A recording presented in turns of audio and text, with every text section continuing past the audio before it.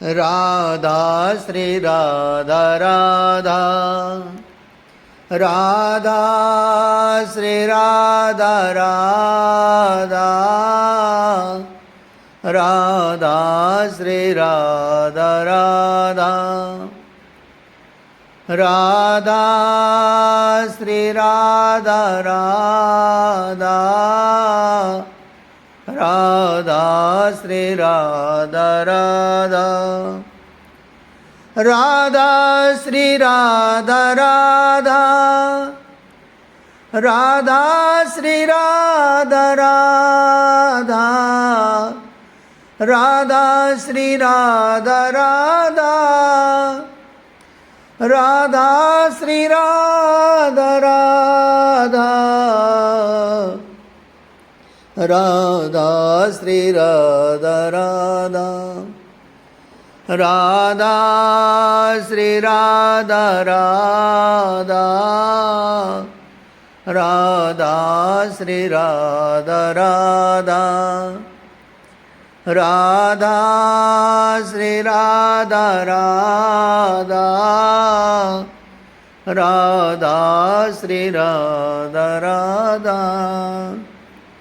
श्री वृंदावन बिहारी लाल की जय। श्री राधा वल्लभ लाल की जय। श्री कृष्ण चरितामृतम। जब कन्हैया ने किया ब्रज में चारों धामों का आवाहन, रात्रि की बेला है, आकाश में तारे टिमटिमा रहे हैं, हवा शीतल बह रही है। ब्रजरानी, हम लोग चार धाम की यात्रा में निकल रहे हैं। ब्रजराज ने रात्रि के समय अपनी भार्या यशोदा से ये बात कही थी। चार धाम की यात्रा पर क्यों?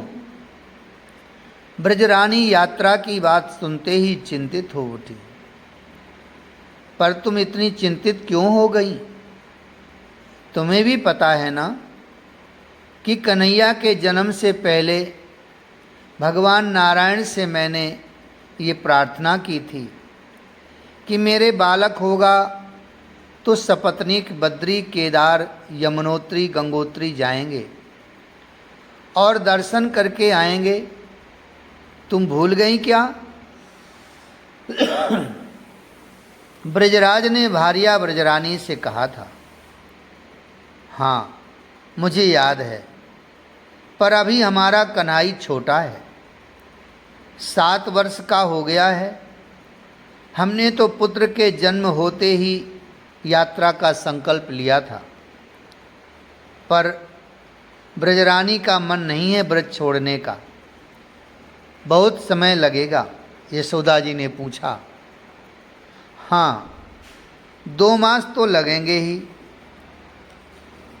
बैलगाड़ी तैयार करवा ली है, वृषभ हृष्ट पुष्ट हैं और तीव्र गति भी है उनकी। खाने पीने की व्यवस्था सब होती रहेगी, क्योंकि साथ में एक बैलगाड़ी और चल रही है। हम में 2 सेवक और सेविकाएं रहेंगी। ब्रजपति ने अपनी 4 धाम यात्रा की सारी व्यवस्था समझा दी थी। बलदाऊ के बिना कन्हैया का मन नहीं लगेगा, ब्रजरानी ने कहा। पर रोहिणी जा नहीं सकती, उसके पति कारागार में हैं। ब्रजरानी ने फिर से ये बात कही। जीजी, आप लोग हो आइए, मैं यहीं पर हूँ। रोहिणी उसी समय वहाँ पर आ गई थी और सारी बातें सुनकर वो बोलीं, जीजी, संकल्प किया है आप लोगों ने तो उसे पूरा करना ही चाहिए। हाँ, बात तो सही है, ब्रजरानी ने अधूरे मन से कहा। तो फिर कल ही हमें यहाँ से निकलना होगा। मैंने अपने भाइयों से बात कर ली है, उन्होंने कहा है निश्चिंत होकर आप जाइए, हम ब्रज में सब संभाल लेंगे। नंद बाबा ने कहा, ठीक है, पति की आज्ञा, फिर उसमें भी तीर्थ यात्रा, कैसे मना करें यशोदा जी। प्रातः सूर्योदय से पहले ही निकलना है, कन्हैया को तैयार कर लेना। ब्रजराज इतना कहकर चले गए अपने पर्यंक में। इधर कन्हैया पूछ रहे हैं, मैया हम कहाँ जा रहे हैं। जब बैलगाड़ी में बैठकर नंद दंपति अपने सुत के सहित 4 धाम की यात्रा में निकल गए थे, कन्हैया पूछते हैं। यशोदा रानी कहती है, लाला 4 धाम की यात्रा में जा रहे हैं। कन्हैया का मुख चूमते हुए यशोदा रानी ने कहा, वृषभ तीव्र गति से दौड़ रहे हैं, उनके गले में बंधी घंटी सुमधुर ध्वनि कर रही है। नंद बाबा बड़े प्रसन्न हैं, पर यशोदा मैया दुखी हैं। पीछे उनका वृंदावन छूट रहा था, फिर गोवर्धन छूटने लगा। कन्हैया देख रहे हैं अपने ब्रज को। अब गाड़ी रोकोगे या आज ही 4 धाम पहुंचा दोगे। अपने आंसुओं को पोंछते हुए ब्रजरानी ने कहा, पर तुम रो क्यों रही हो। ब्रजराज को आश्चर्य हो रहा है। मुझे ब्रज को छोड़ने का दुख हो रहा है, ब्रजरानी बोली, पर हम लोग तो तीर्थ यात्रा में जा रहे हैं, 4 धाम। मेरे लिए तो ये ब्रज ही सबसे बड़ा तीर्थ है और 4 धाम भी। सुबुक रही हैं ब्रजरानी। वो गोपियाँ, रोहिणी, दाऊ, मेरी रसोई, मेरा पूजन घर। बैलगाड़ी रोक दी गई थी। सामने एक सरोवर था। यशोदा उतरी। मेरे लाला को भूख लग रही है, ये रोटी माखन खाएगा। कदम्ब वृक्ष के नीचे बैठ गईं यशोदा मैया। सरोवर के जल से हाथ मुंह धोया। सामने गिरि गोवर्धन के दर्शन हो रहे हैं। घने कुंज हैं, मोर, कोयल, तोता सब यहीं आ गए जहाँ कन्हाई थे। मैया, गोवर्धन नाथ नंद नंदन ने मैया और अपने बाबा को दिखाया। हाँ, फिर रोने लगी मैया यशोदा। पर लाला कहाँ हैं, कन्हैया लाला। कन्हैया भी अभी तो यहीं थे, पर अब पता नहीं कहाँ चले गए। ब्रजराज भी दौड़े इधर उधर, पर कहीं नहीं है कन्हैया तो। अब तो यशोदा मैया की दशा बिगड़ने लगी। ब्रजराज बाबा की भी चिंता बढ़ती ही जा रही थी। 2-4 ग्वाल बाल जो साथ थे वो इधर उधर भागने लगे, खोजने लगे कन्हैया को, पर कन्हैया मिले ही नहीं। अब तो रोते रोते ब्रजरानी की दशा बिगड़ने लगी। पर तभी बांसुरी बज उठी। ब्रजरानी में मानो अमृत का संचार हो गया। ब्रजराज भी अब प्रसन्न दिखे। मेरे लाला की बांसुरी। ब्रजरानी ये कहते हुए दौड़ी जिधर से बांसुरी की ध्वनि आ रही थी, उधर ही दौड़ी। ब्रजराज भी दौड़ रहे थे। सामने एक घना कुंज था, तमाल का कुंज। वहीं बैठकर कन्हैया बांसुरी बजा रहे हैं। मैया और अपने बाबा को आते देखा तो बांसुरी फेंट में रख दी। बाबा, एक बात कहूँ। अपने ब्रजराज बाबा से कन्हैया कुछ कहना चाहते हैं। हाँ कहना, तेरे बाबा ही तो हैं, कह जो कहना है। यशोदा मैया के तो मानो अब प्राण आ गए थे। लाला मिल गया था। बाबा, आप 4 धाम क्यों जा रहे हो? कन्हैया ने पूछा। लाला, तेरे जन्म से पहले मैंने ये बात अपने भगवान से कही थी कि तू जिस दिन होगा बस हम 4 धाम की यात्रा करेंगे। कुछ देर सोचकर कन्हैया बोले, बाबा अगर 4 धाम में यहीं ब्रज में बुला दूं तो ऐसे थोड़े ही होता है, यात्रा तो करनी पड़ती है। ब्रजराज ने कहा, नहीं सब हो जाता है, मेरा ये लाला है ना, ये सबको बुला देगा। लाला बुला दे सारे तीर्थों को यहीं, हम यहीं नहाकर वापस अपने नंदगांव चले जाएंगे। मुझे तो नंदगांव की याद आ रही है। ब्रजरानी कहने लगी, तू कैसे बुलाएगा तीर्थों को यहाँ? ब्रजराज बाबा ने पूछा। बाबा, तीर्थों के अधिदेव को मैं यहाँ बुला लूँगा, और उन अधिदेव के कारण ही तो तीर्थ तीर्थ हैं। कन्हैया बोले, अच्छा बुला ले फिर। बाबा ब्रजराज क्या कहते। नेत्रों को बंद कर आवाहन करने लगे 4 धाम के अधिदेवों को। बद्रीनाथ, आप मेरे ब्रज में पधारिए। श्री कृष्ण संकल्प करें तो क्या नहीं हो सकता, इनके संकल्प से ही तो सब कुछ है। और फिर तीर्थों को प्रेम पूर्ण निमंत्रण, वो भी स्वयं नंद नंदन का। बद्रीनाथ पधारे, अलकनंदा की धारा बह चली। केदारनाथ आप भी पधारें। पर्वत खड़ा हो गया देखते ही देखते। उसमें केदारनाथ महादेव प्रकट हो गए थे। पर्वत के नीचे मंदाकिनी बह रही थीं। यमुनोत्री और गंगोत्री की धारा प्रकट हुई वहीं पर। बाबा, ये रहे आपके 4 धाम। अब आपको कहीं जाने की आवश्यकता नहीं है। आप इन्हीं जल की धाराओं में स्नान कीजिए और दर्शन कीजिए बद्रीनाथ भगवान के, केदारनाथ भगवान के। लाला देख, ब्रजरानी एकाएक बोल उठी। जैसे ही कन्हैया ने मुड़कर देखा नभ की ओर, ओह, भारतवर्ष के जितने तीर्थ थे सब हाथ जोड़कर खड़े हैं। हे नंद नंदन, अपनी ब्रजभूमि में हमें भी वास दो। मुस्कुरा के कन्हैया बोले, स्वागत है आप सबका मेरे ब्रजमंडल में। रामेश्वर, प्रयागराज, काशी, अवंतिकापुरी, पुरी और सारी पवित्र नदियाँ सबकी सब ब्रजभूमि में उतरी। बाबा, मैया, आप स्नान करें।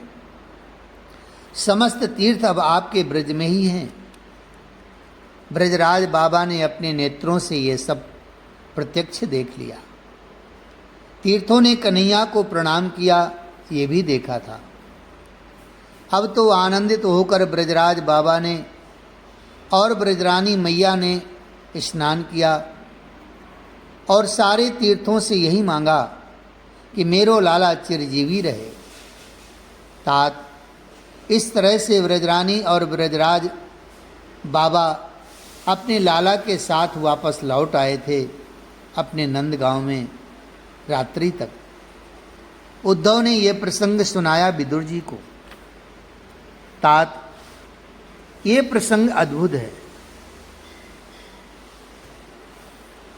वरुण देवता के दूतों ने ब्रजराज बाबा को बंदी बना लिया और इतना ही नहीं, वरुण लोक में ले जाकर रख दिया। उद्धव विदुर जी को ये लीला सुना रहे हैं। उद्धव, ये कैसे हुआ और वरुण देवता के दूत किस अपराध के चलते नंद बाबा को पकड़ कर ले गए वरुण लोक में? विदुर जी ने ये प्रसंग सुनना चाहा। तात, श्री कृष्ण के समस्त तीर्थ ब्रज में प्रकट कर देने की घटना से ब्रजराज बाबा चकित थे।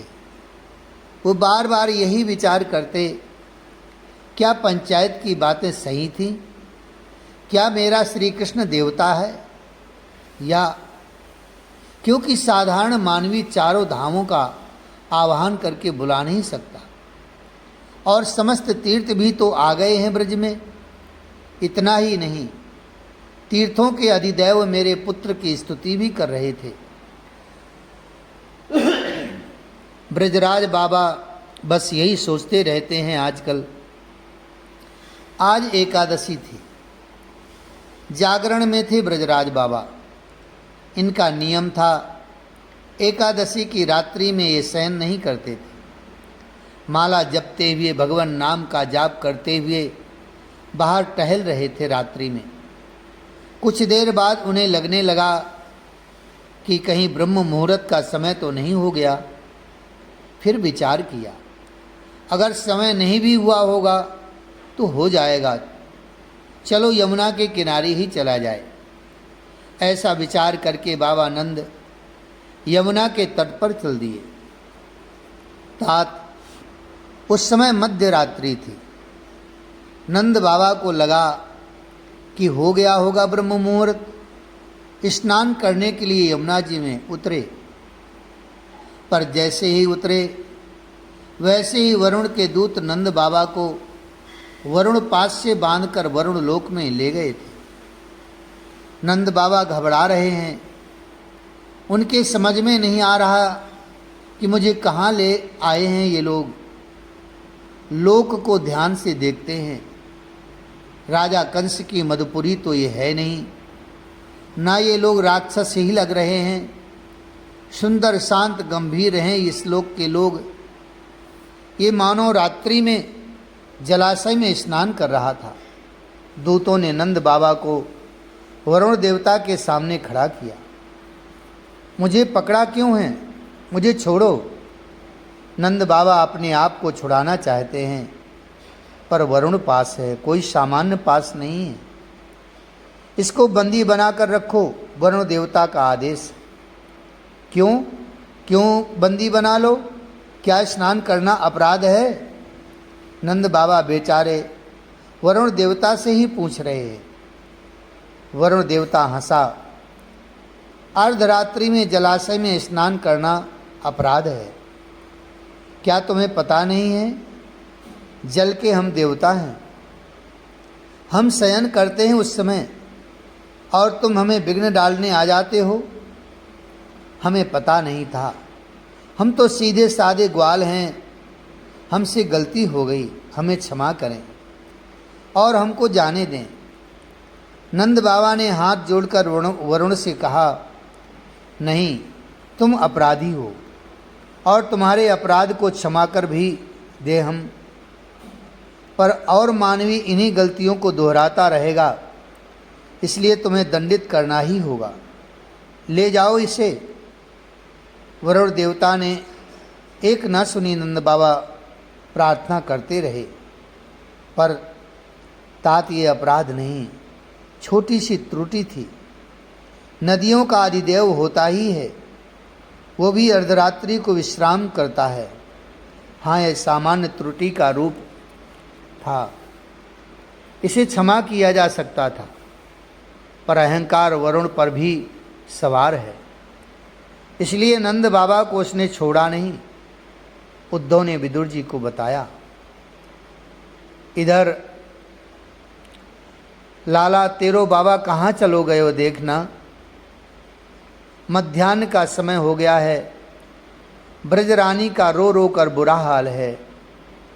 कन्हैया समझ तो सब गए हैं, पर यहाँ कहें किसे। रात्रि में ही गयो हो तेरो बाबा, पर अभी तक ना आया हो। देख। कन्हैया कुछ कहते कि उसी समय एक ग्वाला नंद बाबा के वस्त्रों को भी ले आया। मैया, ये रहे वस्त्र ब्रजराज बाबा के, किनारे में मिले मुझे और हमने बहुत खोजी, पर बाबा को पतो ही ना चले हो। अब तो धड़ाम पछाड़ खाए के मैया गिरी हैं और कन्हैया का हाथ पकड़ के बोली, लाला कछु अनिष्ट तो नाय भयो। गंभीर होकर कन्हैया बोले, नाय मैया, बाबा ठीक हैं। मैया तू धैर्य रख, मोए पतो है बाबा कहाँ गयो हैं, मैं जाके देखूं। इतना कहकर कन्हैया चल पड़े यमुना जी की ओर। ग्वाल बाल आ रहे थे पीछे। कन्हैया ने मना कर दिया और अकेले चल पड़े। यमुना में पहुँचे के गोता लगाया कन्हैया ने और सीधे पहुँचे वरुण लोक। गोलोक बिहारी श्री श्याम सुंदर पधारे हैं। दूतों ने जैसे ही आकर वरुण देवता को सूचना दी, कांप गए वरुण। मेरे छोटे से लोक में गोलोक बिहारी कैसे पधारे। वरुण देवता दौड़े, पूजा की थाली आरती भोग सब कुछ तैयार करके वरुण देवता शीघ्र चल रहे हैं। पर इधर कन्हैया को ब्रजराज ने देख लिया। बंदी थे वे, पर अपने पुत्र नंद नंदन को देखते ही वे चिल्लाए, कन्हैया लाला। कन्हैया ने अपने बाबा की आवाज़ सुनी। वो मुड़े पीछे तो ब्रजराज के नेत्रों से अश्रु गिर रहे थे। लाला। कन्हैया दौड़े अपने बाबा के पास। वरुण पास को तोड़ के फेंक दिया नंद नंदन ने। बाबा यहाँ कैसे। ब्रजराज बाबा बोले, अहंकारी है ये देवता। मुझसे इतनी ही गलती हुई कि मैं अर्धरात्रि को यमुना जल में उतरा था, पर उसके लिए मैं आ गया हूँ बाबा, मैं सब देख लूँगा। अब तो छाती तान कर खड़े हैं नंद बाबा भी। वरुण ने आते ही साष्टांग ढोग लगाई कन्हैया के चरणों में, अपने ही सिंहासन में विराजमान कराया, पूजन किया, पुष्प अर्पित किए उन युगल चरणों में। नाथ कैसे पधारे इस सामान्य देवता के लोक में। वरुण ने हाथ जोड़कर पूछा, ये मेरे पिताजी हैं। नंद बाबा को दिखाते हुए कन्हैया बोले, ओह अपराध हो गया भगवान, बहुत बड़ा अपराध हो गया। मेरे सेवक अच्छे नहीं हैं, मूढ़ हैं, आपके पिताजी को ही पकड़ कर ले आए। मेरे सेवकों को क्षमा करें भगवान। ये कहते हुए वरुण देवता ने नंद बाबा के भी चरण छुए। सिंहासन पर बैठाया कन्हैया ने अपने बाबा ब्रजराज को। फिर बोले, ये आपका अपराध है, अहंकार चरम पर पहुंच गया है आपका, आपने अपराध किया है। हे वरुण देवता, आपको क्या दंड मिले। कन्हैया गंभीर होकर बोल रहे हैं। वरुण देवता कांप रहा है, उसके मुंह से शब्द नहीं निकल रहे। लाला, ए कन्हैया चल छोड़ दे इसे, अपराध हमसे भी तो हुआ है ना, इसलिए चल, अब तेरी मैया बहुत दुखी होगी वहाँ चल। नंद बाबा ने अपने सुत नंद नंदन का हाथ पकड़ा और चलने लगे। अपने बाबा की बात मानते हुए कन्हैया भी चल दिए और वृंदावन में पहुँच गए थे। यशोदा मैया ने जब देखा अपने पति और पुत्र दोनों को, तब तो उनके आनंद का कोई ठिकाना नहीं रहा। सुख के अविरल अश्रु बहते रहे थे। पर इस प्रसंग ने तो ब्रजराज बाबा के सामने कन्हैया की छवि भगवान की बना दी थी। तात वरुण लोक से आने के बाद नंद बाबा ने सबको कहना शुरू कर दिया था, श्री कृष्ण भगवान है। पर ग्वाले कहते, सारे भगवान तेरे ही घर पैदा है गए, क्यों बाबा। आनंदित तो होते हैं विदुर जी इस प्रसंग को सुनकर। इधर ब्रजवासी कन्हैया के पास गए। तुम लोग उदास क्यों हो, देखो हंसते खेलते ही तुम लोग अच्छे लगते हो, ऐसे उदास मत बैठो करो। गौचारण करने के लिए सब ग्वाल बाल आए हुए थे, किंतु जब सबको उदास देखा कन्हैया ने तो कह दिया, सुन कन्हैया, तू एक बात सच सच बताया। हाँ हाँ पूछो, मैं सच ही बताऊंगा। कन्हैया भी बोल दिए, तू भगवान है। श्री दामा ने पूछा, ये क्या प्रश्न है। कन्हैया हंसे, बताना तू भगवान है। मनसुख ने भी पूछ लिया, पर ये प्रश्न पूछ क्यों रहे हो तुम लोग, मैं तो तुम्हारा सखा हूँ। पर ब्रजराज बाबा कह रहे थे कि कल उन्हें वरुण लोक में ले जाया गया था, पर जैसे ही तू गया वहाँ तो तेरी बड़ी स्तुति हुई, वरुण देवता तेरे पांव धोकर पीने लगे थे। बाबा कुछ भी बोलते हैं। कन्हैया ने सखाओं की बातों को गंभीरता से नहीं लिया। नहीं, पर हम भी विचार करते हैं तो लगता है कि तू भगवान है। मधुमंगल बोला, क्या विचार करते हो? कन्हैया ने कहा, जैसे गोवर्धन पर्वत को तूने ही उठाया था, यही सच्चाई है। हमारी लाठी तो दिखावे के लिए थी, ये बात हम जानते हैं। और तूने कितने राक्षसों से हमें बचाया। कालिए नाग को तेने ही ना था, हमारे बस की बात थी। दावानल पान किया, आग को पी जाना सामान्य मानवीय के बस की बात कहाँ है। सखाओं की बातों को बीच में ही काटते हुए बोले कन्हई, तुम लोग कहना क्या चाहते हो? तू भगवान है? हाँ, मैं भगवान हूँ। कन्हैया बोल पड़े, तू सच बोल रहा है? तू सच में भगवान है? सखा भी विचित्र हैं, फिर पूछने लगे, हाँ हाँ, मैंने कहा ना मैं भगवान हूँ, कितनी बार कहूँ। सब सखा श्री कृष्ण के पास आ गए। भगवान का तो बैकुंठ लोक होता है, तेरा भी बैकुंठ है क्या? मनसुख ने पूछा। हाँ है बैकुंठ, सहजता में श्री कृष्ण बोल दिए। तो हमें दिखा। श्री दामा बोला, ठीक है। इतना कहकर श्री कृष्ण ने तुरंत अपने नेत्र बंद किए। सखाओं ने सोचा नहीं था कि कन्हैया इतनी जल्दी मान जाएगा। पर तू ध्यान कर क्यों रहा है? श्री दामा ने फिर पूछा। तुम सबके लिए गरुण को बुला रहा हूँ, तुम सब गरुण में बैठकर बैकुंठ जाना और दर्शन कर लेना। कन्हैया बोले, क्यों रे, तू नहीं जाएगा हमारे साथ? सखाओं ने पूछा। मैं तो हूँ ही बैकुंठ में। कन्हैया हंसे। तभी देखते ही देखते गरुण वहाँ आ पहुँचे थे। बैठो इनके ऊपर, ये तुम सबको बैकुंठ ले जाएंगे। पर हमें वापस आना है वृंदावन, मनसुख चिल्लाया। कन्हैया हंसे। गरुण में सब बैठ गए थे। बस देखते ही देखते गरुण उड़ चले। सखाओं को आनंद आ रहा था। स्वर्ग, सत्यलोक, ब्रह्मलोक, कैलाश सब पीछे छूटते चले गए। गरुण ने अब जाकर अपनी गति रोकी, क्योंकि बैकुंठ लोक आ गया था। दिव्य लोक है ये बैकुंठ लोक। वहाँ के वातावरण में ही नमो नारायणाय ये मंत्र गूंज रहा है। बैकुंठ के द्वार पर चक्र और शंख के विशाल चिन्ह बने हुए हैं। चारों ओर भगवत पार्षद इधर उधर शांत भाव से विचरण कर रहे हैं। सबकी चार भुजाएं हैं। सबके करों में चक्र, शंख, गदा और कमल है।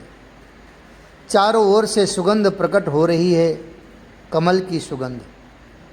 मणिमाणिक्य के स्तंभ हैं, उसमें भी चक्र और शंख के चिन्ह हैं। इन श्री कृष्ण सखाओं की आंखें चुंधिया गईं।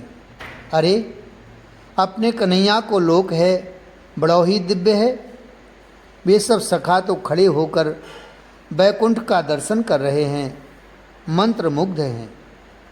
मनसुख बोला, खड़े रहोगे या आगे भी चलोगे? आगे? श्री दामा ने मनसुख से कहा, आगे कोई हमें टोकेगा तो नहीं? अरे हमें टोकेगा कोई? मनसुख बोला, हमारे सखा का लोक है, किसकी हिम्मत जो हमें टोक दे। चलो। मनसुख ही आगे लेकर चला सब ग्वालों को। द्वार है, ये मुख्य द्वार है बैकुंठ का, श्री दामा ने कहा। हाँ, लग तो ऐसा ही रहा है, पर यह मूर्ति कैसे है? उद्धव हंसते हुए बोले, तात, जय और विजय द्वार पर खड़े थे, उनको ही ये सब सखा मूर्ति कह रहे हैं। मूर्ति नहीं है, सच्चे को आदमी है, मनसुख बोला था। नाय मूर्ति है। मधुमंगल गया और जय और विजय के नाक में एक सींग डाल दी। जय विजय को अजीब लगा। वो शांत भाव से ही बोले, शांतम। मनसुख खुश हो गया। देखा सच्चे को आदमी हैं। अब सब आगे बढ़ने लगे।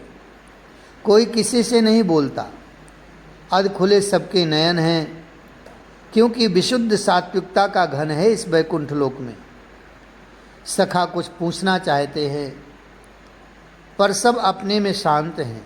कुछ बातें करना चाहते हैं भगवत पार्षदों से, पर कोई किसी से कुछ नहीं बोलता, क्योंकि सबके मन की बात सब जानते हैं।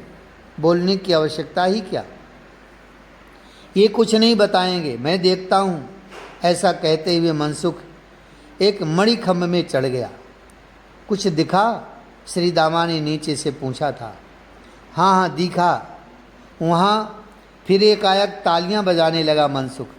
अपना कन्हैया वहीं आराम कर रहा है। पर इस समय आराम क्यों कर रहा है? मनसुख फिर ध्यान से देखने लगा। उसके पाँवों को कोई दबा रही है। मनसुख हंसा। घरवाली होगी उसकी, श्री दामा ने कहा। लक्ष्मी नाम है उसका, मधुमंगल बोला। अच्छा तो यहाँ लक्ष्मी है? मनसुख खूब हंसा। शांतम। कुछ भगवत पार्षद वहाँ से गुजर रहे थे। उन्होंने जब वातावरण में विक्षेप पाया तब बोले। मनसुख चुपचाप नीचे उतर आया, बिना कुछ बोले। अब सब आगे बढ़ रहे हैं। अजीब लोक है, सब गंभीर हैं यहाँ, कोई किसी से नहीं बोलता। मधुमंगल इतना ही बोला था, पर देखते ही देखते ये सब सखा तो अब भगवान नारायण के सामने खड़े थे। ये सब एकाएक हो गया था। भगवान नारायण शांत, पूर्ण शांत, अध खुले उनके कमल नयन नील वर्ण। प्रणाम करना चाहिए था, पर ये लोग क्यों प्रणाम करने लगे? भला नारायण भगवान को, ये तो इनका सखा है, और सखा को भी भला कोई प्रणाम करता है?